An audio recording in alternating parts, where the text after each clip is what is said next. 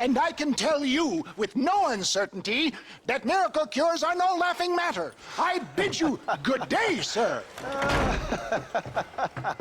Oh, Mr. Marston, good to see you. How have you been keeping? I'm well, Mr. Mr. West Dickens.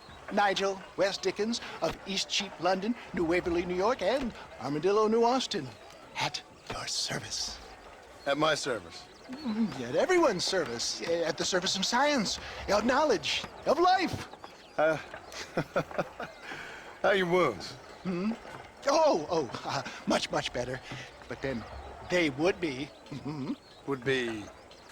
I know a cure for all ailments, Mr. Marston. Ah, I'm sure you do. And I'm sure for just $2 an ounce, I could live forever. Oh, but for you, sir, I'd do a bulk discount rate of $1.95 an ounce, as long as you buy 100 ounces or more. That's a lot of immortality. Give it up, old man. That's Mr. West Dickens to you, boy. Give it up, old man. Listen, Marston, I'm broke, but this stuff is good. It works. I need a healthy young man like you. Come along, let's ride over to my newest customer at Ridgewood, and I'll explain while we go. Okay.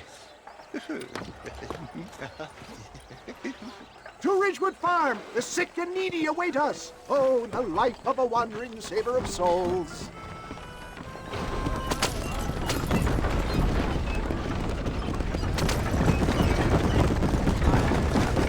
I heard about you, Mr. West Dickens. And I about you, John Marston. Hoodwinking the weak, gullible out of their hard-earned money. Get back on the road. We'll have nothing left by the time we get to Ridgewood.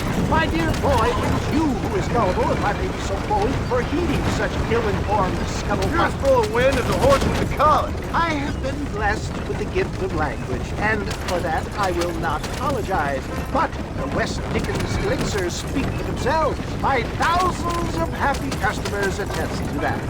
If my tonic is such a sham, how do you explain the fine battle in which you find me? Last time you saw me, I was knocking at death's door. You should thank the doctor for that.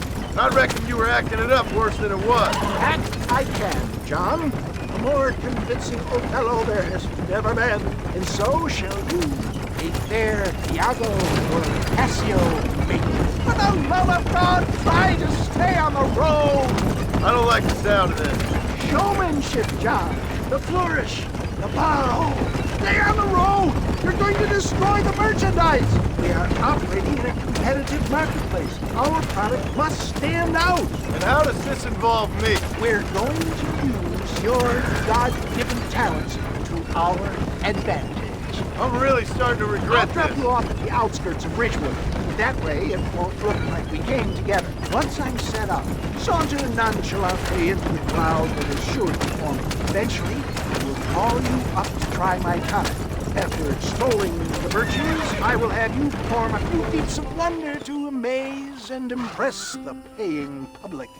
You hop out here, John. Follow me in on foot. I'll see you there. Be ready to enchant the crowd.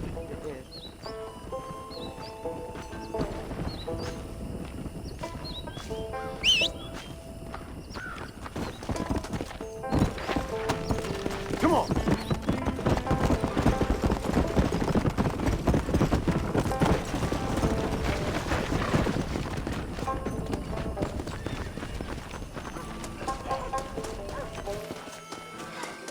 Banish pain to the past. Rid yourself of illness forever. Friends, hard-working souls of Cholla Springs, gather round, gather round. Do you suffer from rheumatism, lumbago, acute chronic sciatic, neurologic, or inflammatory pain? Well, I represent the only company that makes the genuine article that cures headaches, neuralgia, earache, toothaches, backache, swelling, sprains, sore chests, swelling of the throats, contracted cords and muscles, anxieties and ravaged nerves, stiff joints, wrenches, dislocations, cuts and bruises, and it adds vitality and vigor to the healthy man. But can you prove it, old man? Oh, I'm sure there's some customer here who could prove the qualities of it by taking a drink right now. You, sir, come up here. Step right up. That's the spirit. Ladies and gentlemen, pay close attention. This poor, wretched volunteer, entirely unknown to me, will demonstrate the effects of Dr. West Dickens' own patent tonic. Be you a cowpoke or athlete, this miraculous elixir developed with the wisdom of the East keeps the muscles supple and relaxes the cords. It loosens the joints and gives a feeling of youth and vigor to the whole system. Not possible, I hear you say. Well, doubt no longer. Faith can move mountains, but I ask not for faith. I am a man of science, and today science will be vindicated. Your eyesight is greatly improved. Is that not so, friend? If you say so. That's right, it is. You heard him. What a good sport you are, sir. Now, gaze over yonder at that porch. If you squint, you may just be able to make out the skull that's hanging there. Go ahead, friend. Shoot that skull and demonstrate the miraculous eyesight you now possess.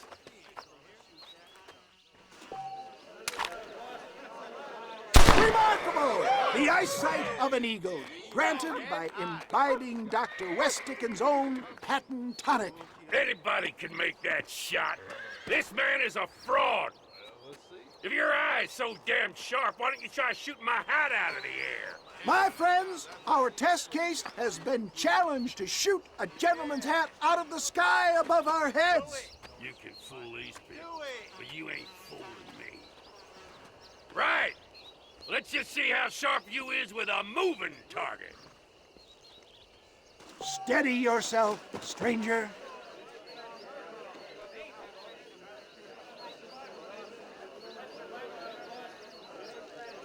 Get your weapon at the ready. You ready to get embarrassed again? Ha! What'd I tell you? Do not write him off yet. He is still adjusting to the powerful tonic. Well, you want to try that again, sharpshooter? Come on, then. Here it comes.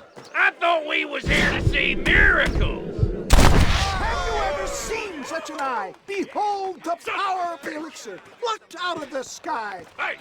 Hey! What? You think you can put a hole in a man's hat and just walk away, do you? Hey, it don't work like that around here, mister.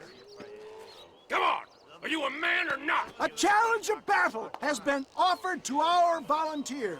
Prepare for a display of Herculean brawn. I've had about enough of you.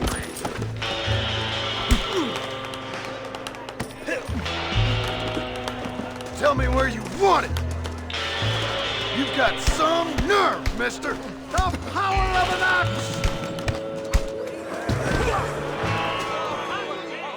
There it is, skeptics and dissenters, irrefutable proof. Do not let this opportunity pass you by. Look, he's over there. Go get him. This ends now. Watch out, he's got a gun. Who the hell do you think you are?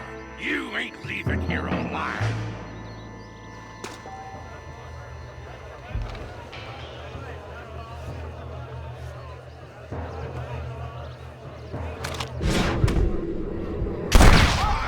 Marvelous shot, dear boy. The kind of deadly accuracy that can only be afforded by the West Dickens elixir. Come, I have plenty for all. You'll be fine. Get out of my way. Hey, where are you going? I want a bottle. Get me a bottle, please. One of them, right here. No harm in trying one bottle, I suppose. Well, I think that went kind of well, don't you? I'm just glad that my normal job involves either chasing after cattle or murderers. Not the likes of you, mister. Don't be like that. Now, if you'll excuse me, I'd like to say my goodbyes, head on back to the real world. Wait, sir. I've been thinking about your predicament, and I think I may have an idea. I've been thinking I could be your cunning Odysseus. Beware of the Greeks burying gifts, sir. Williamson had better beware. We will make them into Trojans. I don't rightly get you. I want you to go and see my old friend Seth. He can come across as a little curious, but I'm sure you two will get on. He's most often found at Coots Chapel. He's very devout. Why see him? Because between him and me, we can get those gates to open for you, and you can walk right in, just like in Homer's great Trojan yarn!